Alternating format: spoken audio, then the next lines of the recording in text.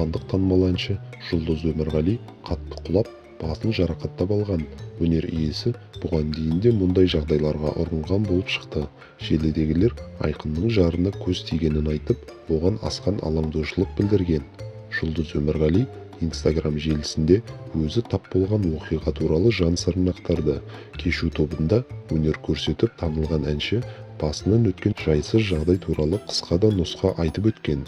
Шоу-бизнес өкілі басын қатты соғып алғандықтан жақын арада ауруханаға жүгінуге мәжбүр екенін жеткізді. Ол МРТ-ға жазылмақ. Көз тиді деп жатыр маған. Бүгін оңбай құладым. Миым шайқалған шығар деп ойладым. Алдыңғы жолы да ұрындым. Енді ырымшыл халықпыз ғой. Не істесе болады? Біріншіден МРТ-ға жазылу қажет, деп жазды Айқын Төлепбергеннің келіншегі. Желі қолданушылары бірден Жұлдыз Өмірғали үшін алаңдап, оған тезірек сауығып кетуін тіледі. Кейбір оқырмандар тіпті әртіске мұндай жағдайда не істеп, қандай ем қабылдау керектігін де түсіндіруге тырысқан.